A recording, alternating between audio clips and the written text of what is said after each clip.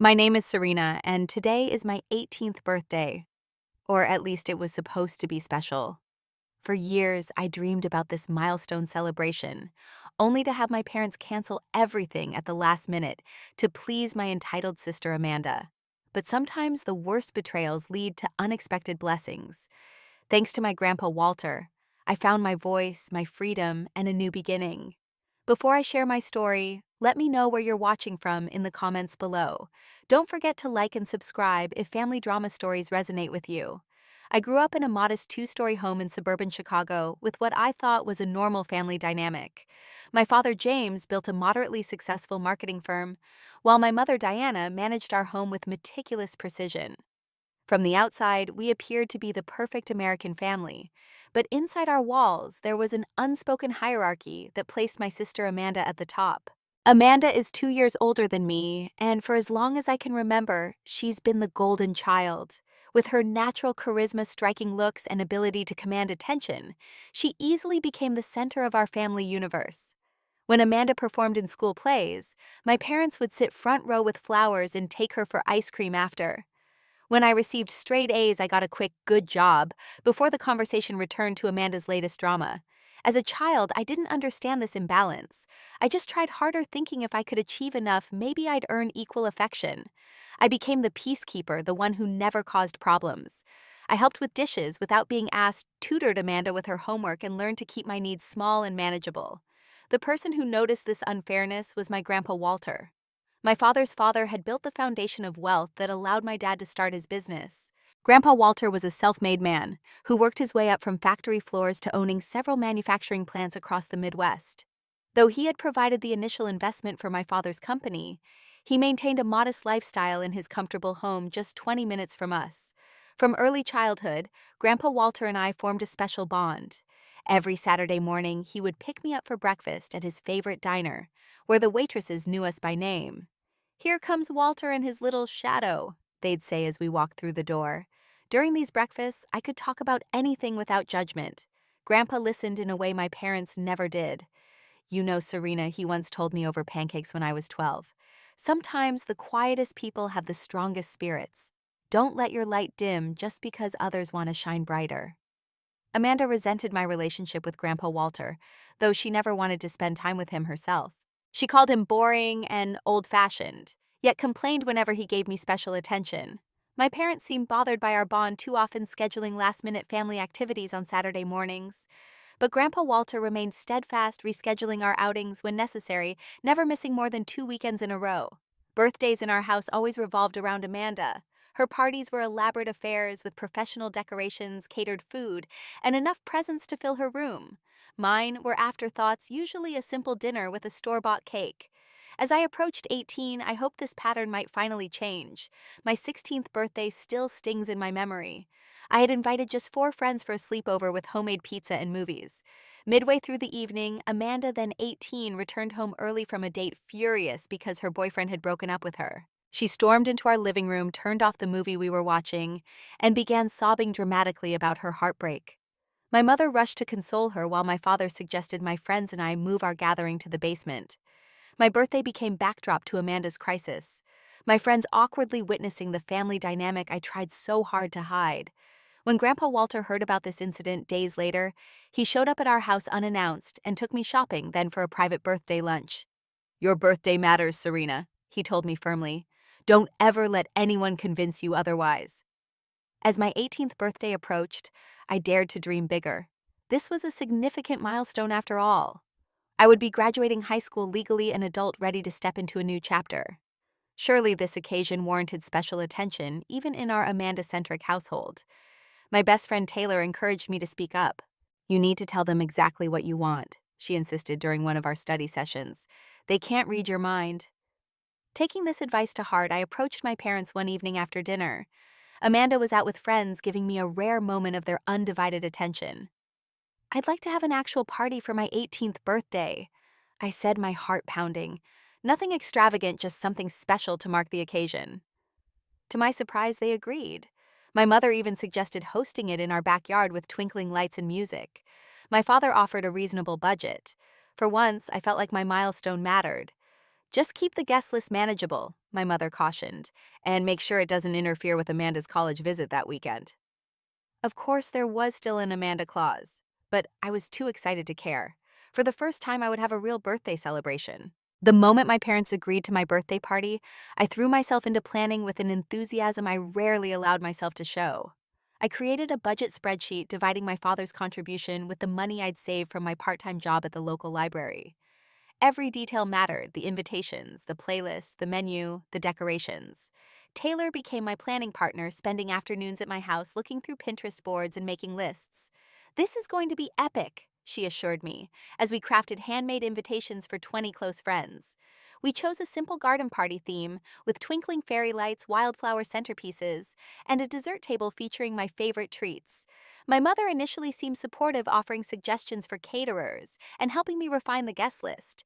We agreed on simple appetizers, a taco bar for dinner, and a custom cake from a local bakery known for their artistic designs. I requested a vanilla bean cake with raspberry filling, decorated with fondant books and musical notes reflecting my two passions. "This sounds lovely, Serena," my mother said after reviewing my plans. "Very tasteful and age-appropriate."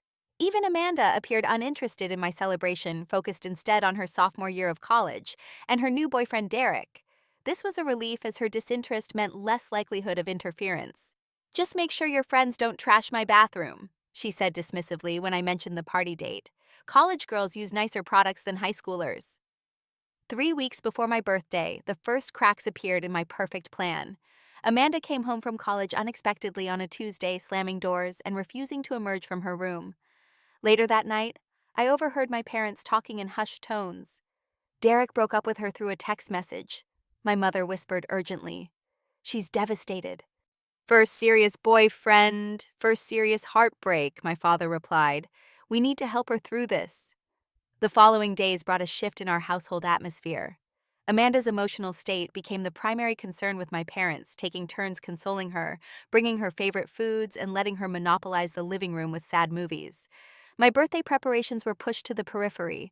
One evening, as I finalized the playlist, my mother sat beside me with that look I recognized all too well. Her head tilted slightly, eyebrows raised in concern. "Serena, about your party," she began carefully. "I'm wondering if we might need to tone things down a bit.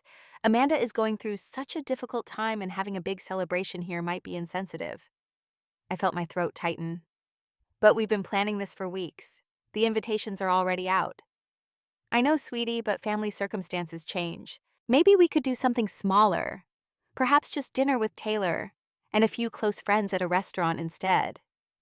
Though disappointed, I'd spent a lifetime compromising. "Let me think about it." I managed, refusing to concede immediately. That night, I called Grandpa Walter, seeking perspective rather than intervention. "Your birthday is still happening, right?" he asked immediately. "I've got something special planned." "I think so," I replied, not wanting to worry him. "Just might be smaller than originally planned." 18 is important, Serena," he said firmly. "Don't let anyone dim your light." I adjusted my expectations, scaling back some elements while preserving what mattered most. I reduced the guest list to 15, simplified the menu, and opted for store-bought decorations instead of the custom ones Taylor and I had planned to create. 2 weeks before my birthday, my mother approached me again, this time with my father beside her. Their expressions told me everything before they spoke. "Honey, we think it might be best to postpone your party," my father said gently. "Amanda isn't improving, and we're really concerned about her mental health." "Postpone until when?" I asked, my voice small. They exchanged glances. "Maybe next month, when things settle down." I knew what postpone really meant. My 16th birthday had been postponed too, then forgotten entirely. But I swallowed my objection, nodding mechanically as they promised we'd still celebrate in a special way on the actual date. That night, I cried silently into my pillow, then sent apologetic texts to my invited friends. Taylor called immediately. "They can't do this to you again," she said, anger evident in her voice. "This is so unfair." "It's just how things are in my family," I replied, the familiar weight of disappointment settling in my chest. "Then your family sucks," Taylor declared bluntly. "You should tell Grandpa Walter the truth." I hesitated, not wanting to create conflict. "Maybe it's not worth the drama." "Your birthday is worth it, Serena. You are worth it." I let her words wash over me, wishing I could believe them as firmly as she did. Just 1 week before my birthday, our family dinner was interrupted by Amanda bursting into the dining room, her face flushed with excitement rather than tears for the first time in weeks. "You won't believe what happened," she announced, not bothering to acknowledge that she'd arrived halfway through the meal. "Skylar and Madison are going on a last-minute trip to Europe and they have an extra spot. They've invited me to join them." My parents exchanged concerned glances. "Europe when?" my father asked cautiously. "We leave this Friday," Amanda replied, her eyes shining. "Paris, Rome, and Barcelona for 10 days. It's exactly what I need to get over Derek." Friday was 2 days before my birthday. I looked down at my plate, already knowing what would come next. "That sounds wonderful, honey," my mother said carefully. "But it's quite expensive on short notice, isn't it?" Amanda waved dismissively. "It's only $4,000 for flights, accommodations, and tours. A bargain, really. And exactly the fresh start I need." My stomach twisted. $4,000 was more than 8 times the budget for my now postponed birthday party. "We'll need to discuss this," my father said, glancing at me briefly before returning his attention to Amanda. "Let's talk after dinner." I excused myself early, retreating to my room, where I tried to focus on homework. Hours later, a soft knock came at my door. Both my parents entered wearing expressions I recognized as their difficult conversation faces. "Serena," my father began, sitting on the edge of my bed. "We've made a decision about Amanda's trip." I nodded, already numb to what I knew was coming. "We think this opportunity could be very healing for her," my mother continued. "Getting away, experiencing new cultures, being with supportive friends." "So you're paying for her to go to Europe?" I stated flatly. They exchanged glances again. "Yes," my father confirmed, "which means that unfortunately we need to cancel your birthday celebration entirely, not just postpone it." Though I'd anticipated this hearing, the words still felt like a physical blow. "We simply can't afford both expenses," my mother added quickly. "But we'll take you to dinner at Maggiano's on your actual birthday, just the 4 of us before Amanda leaves." Maggiano's was a chain Italian restaurant we went to for ordinary occasions. Nothing special, nothing memorable. "Amanda needs this right now," my father explained earnestly. "You understand, don't you? You've always been our mature, responsible one." In that moment, I realized that my compliance had never been appreciated, only expected. My reasonableness wasn't a virtue in their eyes, but a convenience. "Sure," I replied, my voice hollow. "I understand." They smiled with relief, clearly having expected resistance. My mother kissed my forehead, my father patted my shoulder, and they left to share the good news with Amanda. The moment my door closed, I called Taylor, my hands shaking so badly I could barely hold the phone. "They canceled my birthday completely," I whispered, afraid they might hear me through the walls. "They're sending Amanda to Europe instead." Taylor's outrage was immediate and profane. After letting her vent for several minutes, I felt tears finally breaking through my shock. "You have to call Grandpa Walter," Taylor insisted. "This is beyond unfair. It's cruel." "I don't want to cause problems," I protested weakly. "They're the ones causing problems," Taylor shot back. "You're just asking for basic decency on your 18th birthday." After we hung up, I sat in the dark listening to the sounds of my parents and Amanda laughing downstairs as they looked at European travel websites. The contrast between their joy and my devastation was so stark, it felt surreal. I didn't call Grandpa Walter. Some part of me still hoped my parents might remember my birthday without prompting, might show some small acknowledgement that my milestone mattered too. The morning of my 18th birthday dawned bright and clear. I lay in bed, giving my parents the opportunity to surprise me with breakfast or even just birthday wishes. By 9 o'clock, the house remained quiet. I finally went downstairs to find my mother helping Amanda pack for her trip. "Morning, Serena," my mother said absently. "There's cereal in the pantry." Not happy birthday. Not even a hint of recognition. Amanda was leaving for the airport that afternoon, and all focus was on her departure. I poured myself cereal with shaking hands, fighting tears. "Can you grab my camera charger from the study?" Amanda called to me without looking up from her suitcase. "I think it's in the desk drawer." I did as asked, robotic in my movements. When I handed her the charger, she barely glanced at me. "Thanks. Can you believe I'm going to be taking pictures of the Eiffel Tower tomorrow? This trip is literally saving my life after what Derek did." My father appeared carrying Amanda's passport and travel documents. "All set for our departure at 2 Princess. I've got the car fueled up and ready." Not one of them had acknowledged my birthday. Not even a card on the counter. The family dinner at Maggiano's had apparently been forgotten along with everything else. I retreated to my bedroom where I finally let the tears flow freely. 18 years old, legally an adult, and completely invisible in my own home. Through my tears, I finally did what I should have done days ago. I called Grandpa Walter. Grandpa. My voice cracked as he answered on the second ring. There's my birthday girl. His cheerful greeting only made the tears come faster. Serena. What's wrong, sweetheart? Between sobs, I explained everything: the postponed party, Amanda's Europe trip, and now the completely forgotten birthday. As I spoke, his periodic hmms grew increasingly clipped, a sure sign of his rising anger. Are you telling me, he said when I finished, his voice dangerously calm, that no one has even wished you happy birthday today? No, I whispered. And Amanda is leaving for Europe this afternoon, a trip your parents are paying for instead of your birthday celebration. Yes. There was a long pause then. I'll be there in 20 minutes. Don't tell them I'm coming. True to his word, exactly 20 minutes later, the doorbell rang. From my bedroom window, I saw Grandpa Walter's Lincoln Continental in the driveway, and for the first time that day, I felt a spark of hope. I crept down the stairs as my mother opened the front door. Walter, this is unexpected, she said, clearly flustered. Is it? He walked past her without waiting for an invitation, carrying several gift bags and a small cake box. Where's the birthday girl? I stepped into view and his face softened. There she is. Happy birthday, my Serena. He placed his packages on the entry table and wrapped me in a warm hug.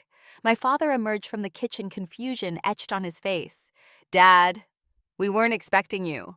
Clearly, Grandpa Walter replied coolly, since no one seems to be celebrating my only granddaughter's 18th birthday.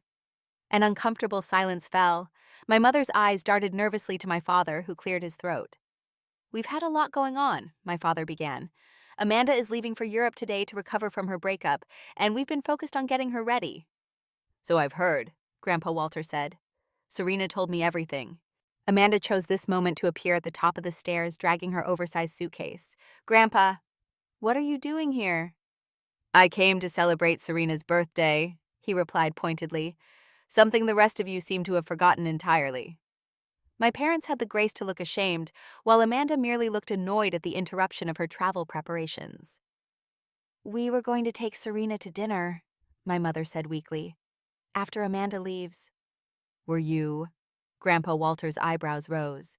Serena says you haven't even wished her happy birthday. And the dinner plans were canceled, weren't they? Along with her party that she's been planning for months. My father stepped forward, adopting a placating tone. Dad, you don't understand the whole situation. Amanda needed this trip for her emotional well-being. We had to make a difficult decision. A difficult decision, Grandpa Walter repeated slowly. Tell me, James, how much is this European adventure costing you? My father shifted uncomfortably. That's not really relevant. I think it is, Grandpa Walter insisted. Because I know you didn't have that kind of spare cash last month when we discussed your business expenses. An uncomfortable silence fell over the room. Amanda huffed impatiently from the stairs. Can we focus, please? My flight leaves in 3 hours. Grandpa Walter turned to face her. Your flight can wait 5 minutes while we discuss how your parents are funding this trip. My mother interjected nervously. Walter, this really isn't appropriate conversation in front of the girls. I disagree, he replied firmly. I think Serena deserves to know exactly where the money for her canceled birthday and Amanda's European vacation came from. My father's face paled. Dad, please. They took it from your college fund, Serena. Grandpa Walter said, his eyes never leaving my father's face. The fund I've been contributing to since you were born, with the understanding that your parents were matching my contributions. The room spun around me. My college fund. $3,000 from your college fund, Grandpa Walter confirmed, plus Amanda's monthly allowance that I provide, which was supposed to be split between both of you. I looked at my parents in disbelief. You've been giving Amanda my share of an allowance from Grandpa. My mother stepped forward. It's not that simple, Serena. Actually, it is that simple, Grandpa Walter countered. I've been sending funds for both girls equally for years, just as I've been covering the mortgage on this house and financing the expansion of your business, James. The revelations kept coming, each one more shocking than the last. All these years, I'd believed we were solidly middle class, living within our means. Now, I was learning that even our basic lifestyle had been subsidized by Grandpa Walter's generosity. You told me you were saving for both girls equally. Grandpa continued, his disappointment evident.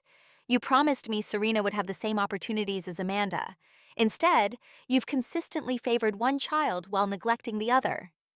Amanda finally spoke up, her voice indignant. This is ridiculous. I'm not being favored. I just have different needs. Serena doesn't care about fashion or travel like I do. Because no one ever gave her the chance, Grandpa Walter replied sharply. No one ever asked what she wanted or needed. He turned to me, his expression softening. Serena, I have a proposition for you. My guest house has been empty since Mrs. Garcia moved into the main house. It has its own entrance kitchen and plenty of space. Would you consider moving in with me, at least until you start college in the fall?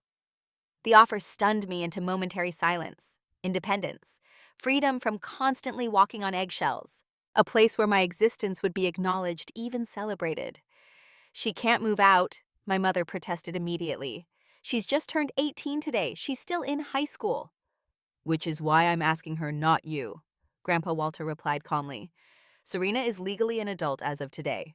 The decision is hers. Everyone turned to look at me, perhaps truly seeing me for the first time in years.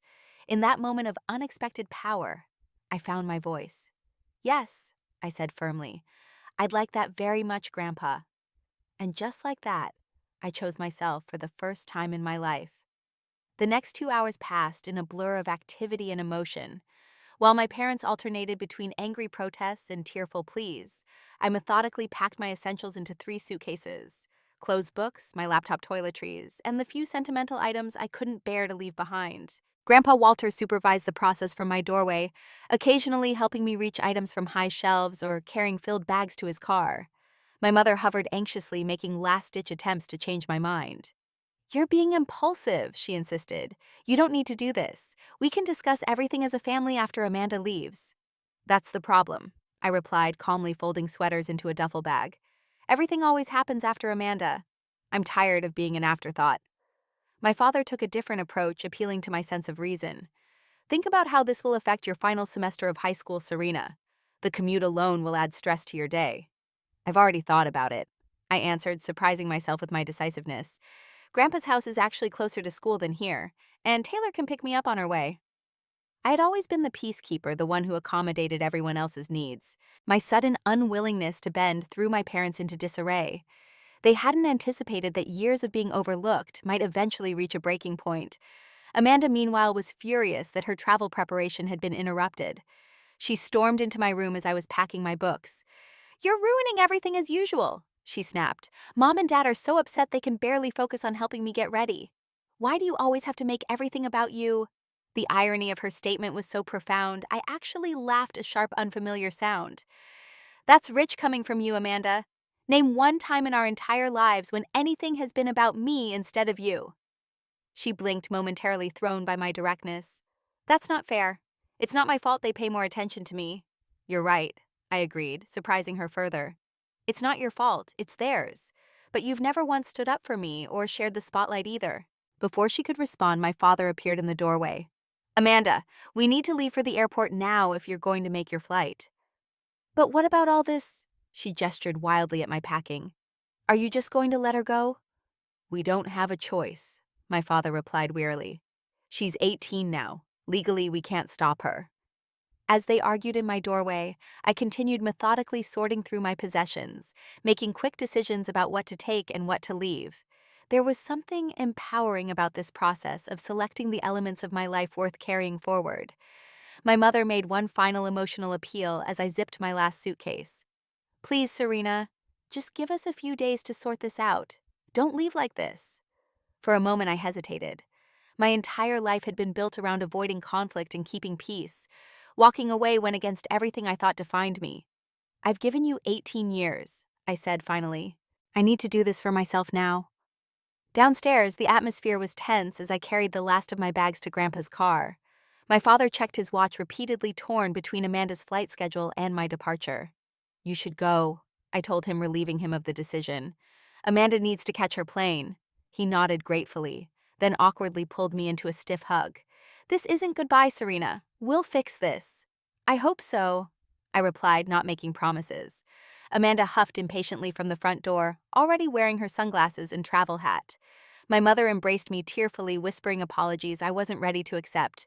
Then they were gone, rushing Amanda to the airport, while Grandpa Walter and I finished loading his car. As we pulled out of the driveway, I watched my childhood home recede in the side mirror. The emotions were complex: grief for what should have been relief for my escape anxiety about the unknown future, and underneath it all, a surprising thread of excitement. "You did a brave thing back there," Grandpa Walter said as we drove. "Standing up for yourself isn't easy, especially when you've been conditioned to stay quiet." "I don't know if it was brave or just desperate," I admitted. "Sometimes they're the same thing," he replied wisely. 20 minutes later, we turned into Grandpa's long driveway. His home wasn't ostentatious, despite his wealth, a spacious but modest colonial on 3 acres of well-maintained grounds. Behind the main house sat the guest cottage, a charming one-bedroom structure with a covered porch and window boxes. Mrs. Garcia, Grandpa's housekeeper of 15 years, met us at the main house door. A warm, maternal woman in her 60s, she had always treated me with special affection during my visits. "There she is," she exclaimed, opening her arms for a hug. "Happy birthday, querida. I have been preparing your new home all morning after your grandfather called." She led us across the garden path to the guest cottage, chattering about the fresh linens she'd put on the bed and the groceries she'd stocked in the refrigerator. Inside, the cottage exceeded my expectations. Though small, it was beautifully appointed with hardwood floors, a fully equipped kitchen, a cozy living area with a fireplace, and a bedroom with a bay window overlooking the garden. "This is too much," I said, overwhelmed by the space and what it represented. "Nonsense," Grandpa Walter replied. "This place has been sitting empty for months. You're doing me a favor by living here." We both knew that wasn't true, but I appreciated the way he preserved my dignity. "Now," he continued, "let's celebrate your birthday properly. Mrs. Garcia has prepared your favorite dinner, and there's a cake waiting in the main house." As we walked back across the garden, my phone buzzed with a video call from Amanda. Against my better judgment, I answered. "Are you seriously still going through with this drama?" she demanded without greeting. The airport terminal bustled behind her. "Mom and Dad are total wrecks. Dad almost drove through a red light on the way here." "I'm sorry they're upset," I replied calmly. "But this isn't drama, Amanda. This is me making a necessary change." "Whatever. You know they're only freaking out because Grandpa might cut them off financially, right? That's the real issue here." Her casual cruelty was stunning, yet oddly clarifying. "Thanks for your honesty, Amanda. Enjoy Europe." I ended the call before she could respond, then turned my phone off completely. This day, what remained of it, would be mine alone. My first week at Grandpa's cottage passed in a blur of adjustment and discovery. Each morning, I woke to sunlight streaming through windows unobstructed by neighboring houses, the silence broken only by birdsong rather than Amanda's loud music or my parents' hushed arguments. The simple pleasure of this peace was almost overwhelming. Mrs. Garcia appeared regularly with home-cooked meals and gentle guidance on operating the cottage's appliances. Grandpa Walter respected my space while making himself available whenever I needed company or advice. For the first time in my life, I existed in an environment where my presence was valued rather than merely tolerated. Meanwhile, my parents launched a full-scale campaign to bring me home. Daily calls, hourly text messages, even emails containing bulleted lists of reasons why I should return. They ranged from practical concerns about my school commute to emotional appeals about family unity. "Your mother barely slept last night," my father reported. "She keeps going into your room and sitting on your bed." "We never meant to hurt you," my mother wrote. "Please come home so we can make this right." Their messages carefully avoided mentioning the financial revelations Grandpa Walter had exposed. Not once did they acknowledge the years of favoritism or the betrayal of using my college fund for Amanda's European adventure. Their apologies centered on how much they missed me, not on what they had done. While I didn't respond to most of these communications, I did send a brief email explaining that I needed space to process everything and would be staying at Grandpa's at least until graduation. I also assured them I was safe and attending school regularly, removing any grounds for them to claim I was in danger or neglecting my education. Amanda, meanwhile, flooded her social media with picturesque European scenes, posing before landmarks with carefree smiles, seemingly oblivious to the family crisis her trip had precipitated. Each post was a fresh reminder of what my parents had valued more than my milestone birthday. After 3 days of constant notifications, I made the difficult decision to temporarily block Amanda's accounts. The constant visual reminders of her trip were salt in a still raw wound. On my 5th night in the cottage, Grandpa Walter invited me to dinner in the main house. Over Mrs. Garcia's excellent pot roast, he broached a subject I'd been wondering about. "I think we should discuss your financial future," he said, his tone conversational but serious, "particularly in light of what we've learned about your college fund." I put down my fork, suddenly nervous. "I've been thinking about getting a better job. The library only gives me 12 hours a week, but I could find something full-time for the summer." Grandpa smiled gently. "That's commendable, but not what I meant. Serena, the money I've been contributing to your college fund for the past 18 years wasn't insignificant. Even without your parents' matching contributions, there should be enough to cover most of your undergraduate education. But if they've been using it for other things—" "Some of it, yes," he acknowledged. "But not all. I've always kept the bulk in a separate account they couldn't access. I'm not a foolish old man, whatever they might think." Relief washed over me. "So I can still go to college?" "Absolutely. And to protect your future, I'll pay your tuition directly to whatever institution you choose. No money will pass through your parents' hands again." The next day, Taylor visited the cottage after school, her car loaded with belated birthday gifts and the decorations we'd originally planned for my party. "This place is amazing," she declared, spinning around my living room. "It's like a tiny house from those TV shows." "It's more space than I've ever had to myself," I agreed, still marveling at the freedom of arranging things exactly as I wanted them. Taylor had brought cupcake streamers and a small stack of presents from our friend group. Together, we decorated the cottage's front porch and living room, creating a miniature version of the celebration that should have happened. Mrs. Garcia joined us, contributing a homemade birthday cake that put any store-bought version to shame. By evening, Grandpa Walter had joined our impromptu party, bringing a special gift box that he insisted I open last. Inside was a delicate silver necklace with a small key pendant. "This was your grandmother's," he explained as he fastened it around my neck. "She always said the key to happiness was being true to yourself even when it's difficult." The evening was simple but perfect, a gathering of people who truly cared about celebrating my existence. When Taylor left with promises to pick me up for school the next morning, I felt a contentment I hadn't experienced in years, if ever. That contentment was shattered the following afternoon, when I returned from school to find my parents' car in Grandpa's driveway. They had arrived unannounced, their expressions a mixture of determination and desperation, as they stood on the main house porch with Grandpa Walter. "Serena!" My mother rushed toward me as I approached cautiously. "We've been so worried." "I told you I was fine," I replied, maintaining some distance between us. "I've been going to school, doing my homework, everything normal." "This situation isn't normal," my father countered. "A daughter belongs with her family." Grandpa Walter's face tightened at this. "She is with family James. Or have you forgotten I'm her grandfather?" My father flushed. "You know what I mean, Dad, with her parents in her home." "The home I've been paying the mortgage on," Grandpa replied evenly. "Which brings us to another important matter we need to discuss." My mother's eyes widened in alarm. "Walter, please. We came to talk to Serena, not to discuss financial arrangements." "I'm afraid the two are connected," Grandpa Walter said firmly. "Please, let's all sit down in the study." Reluctantly, my parents followed us into the house. Grandpa's study was his sanctuary, lined with bookshelves and featuring a large desk where he still handled correspondence and investments, despite being officially retired. We sat in the leather chairs arranged before the fireplace, an uncomfortable family tableau. "Serena has chosen to live here," Grandpa Walter began without preamble. "I support her decision, and as her legal guardian now, I insist you respect it as well." "Legal guardian." My mother's voice rose. "What are you talking about? We're her parents." "She's 18, Grandpa reminded them. "She doesn't need a legal guardian, but she has asked me to manage her financial affairs and educational decisions until she's 21, and I've agreed." This was news to me as well, but I remained silent, sensing Grandpa's strategy. "Furthermore," he continued, "I've been reviewing my financial commitments. Given recent revelations about how my contributions have been mismanaged, I'll be making some significant changes." My father paled. "Dad, let's not be hasty. Whatever concerns you have, we can address them." "Indeed, we will," Grandpa agreed. "Starting with this, I will no longer be providing direct financial support to either of you. The monthly allowance stops immediately. The business loan payments will resume according to our original agreement, and I'll be speaking with my attorney about transferring the house mortgage to your name alone." The blood drained from both my parents' faces.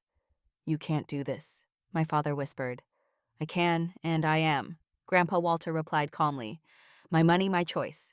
Just as it was your choice to consistently favor one grandchild over the other, and to misappropriate funds I provided specifically for Serena's future." My mother turned to me, tears streaming down her face. "Please, Serena, tell him this isn't what you want. You're tearing our family apart." For a moment, the old guilt resurfaced, the familiar pressure to keep peace at any cost. But then I remembered my forgotten birthday, the years of being overlooked, the betrayal of my college fund being used for Amanda's European vacation. "I didn't tear anything apart," I said quietly. "I just finally stopped pretending everything was whole." 2 weeks after moving into Grandpa's cottage, I found a new rhythm to my days. Mornings began with breakfast in my own kitchen, followed by Taylor picking me up for school. Afternoons were split between homework at my small dining table and shifts at my new job at Morgan's bookstore, a charming independent shop just 5 minutes from Grandpa's house. The owner, Susan Morgan, had been a friend of my grandmother's and offered me more hours and better pay than the library had.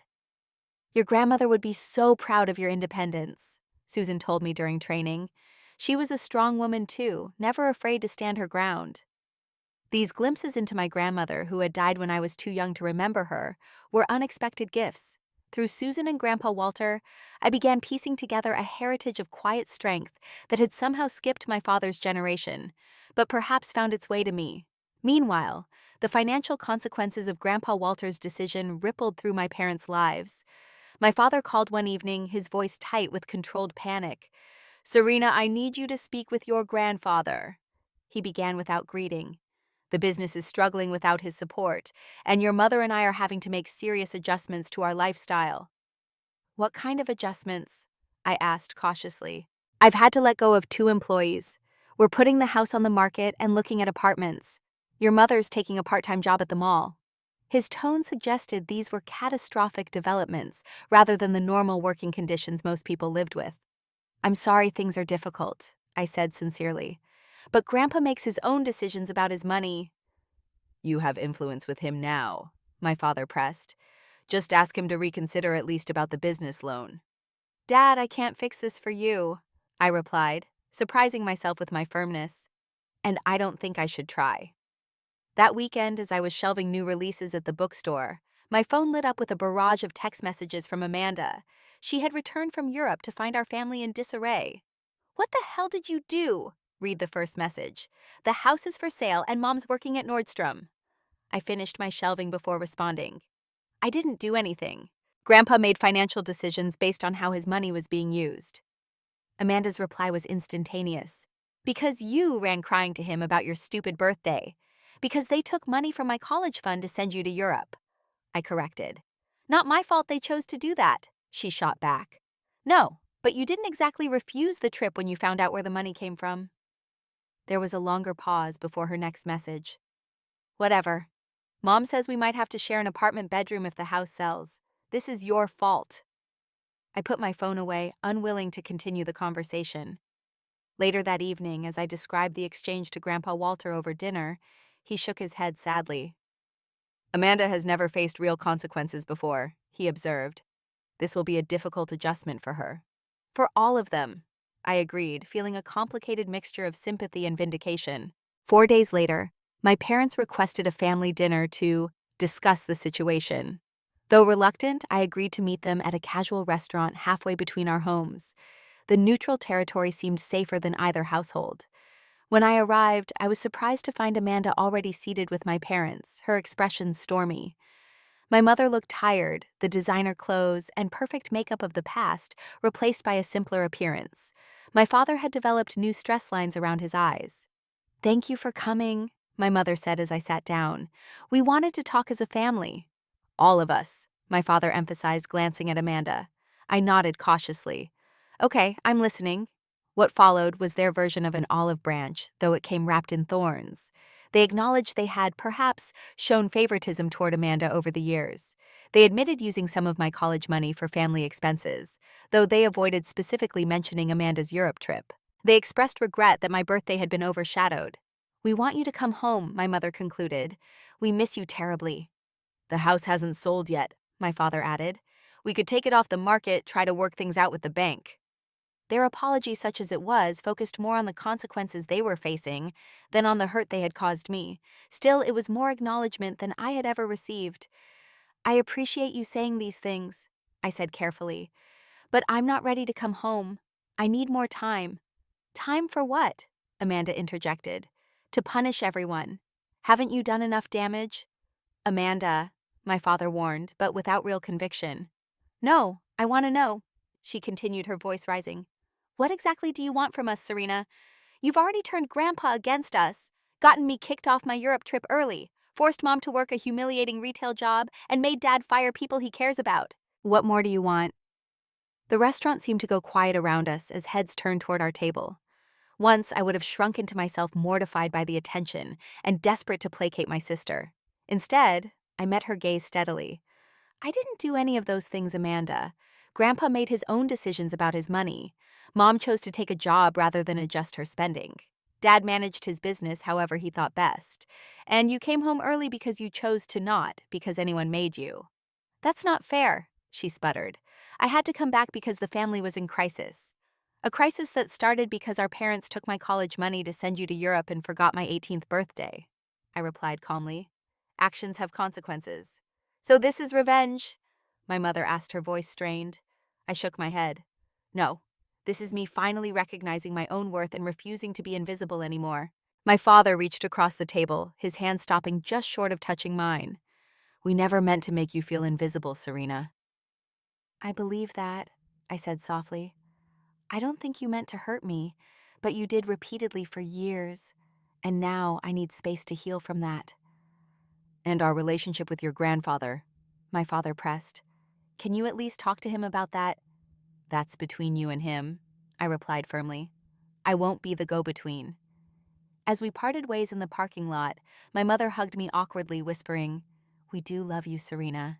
We always have. I know, I replied. But love without respect and consideration isn't enough. Driving back to Grandpa's cottage, I felt a strange lightness. For the first time, I had spoken my truth without apology or compromise. Whatever happened next, I had found my voice, and I wouldn't be silenced again. 6 months after my forgotten 18th birthday and dramatic departure from my parents' home, a large envelope arrived at Grandpa's cottage. Inside was my acceptance letter to Westfield University, my top choice school, along with a substantial scholarship offer. They're giving me a full tuition scholarship, I exclaimed, showing Grandpa Walter the letter as he sat in his favorite armchair on my cottage porch. All those extra volunteer hours and the essay you helped me revise paid off. Pride shone in his eyes as he read the details. I never doubted you for a moment, Serena. You've always had the drive and intelligence. You just needed the space to let those qualities flourish. The months since my departure had been transformative. My job at Morgan's bookstore had evolved into a management position, with Susan teaching me the business side of bookselling. My final semester of high school had produced my highest grades ever, culminating in graduation as salutatorian. And most importantly, I had discovered a sense of self-worth that no external validation could provide. My relationship with my parents had entered a cautious rebuilding phase.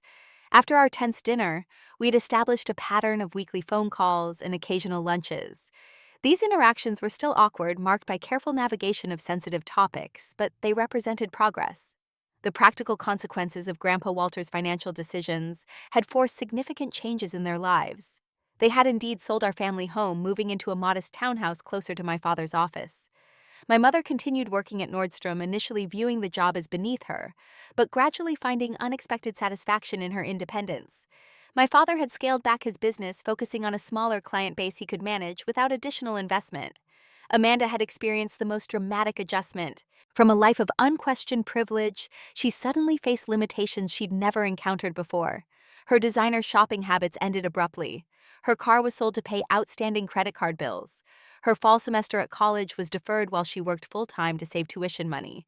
Initially, she blamed me entirely for these changes, flooding my phone with angry texts and social media messages. But as weeks passed, a subtle shift occurred. The accusations became less frequent, replaced by occasional questions about job applications or budget management. She wasn't ready to admit wrongdoing, but she was at least acknowledging reality. One surprising development came through family therapy sessions, which my parents had reluctantly agreed to after Grandpa Walter offered to cover the cost, his one financial concession. Dr. Winters, a straightforward therapist in her 50s, had a gift for cutting through pretense. Your family has operated with Amanda at the center for so long that you've all lost perspective, she observed during our third session. Parents, you enabled entitlement in one child while teaching the other that her needs don't matter. Both messages are harmful.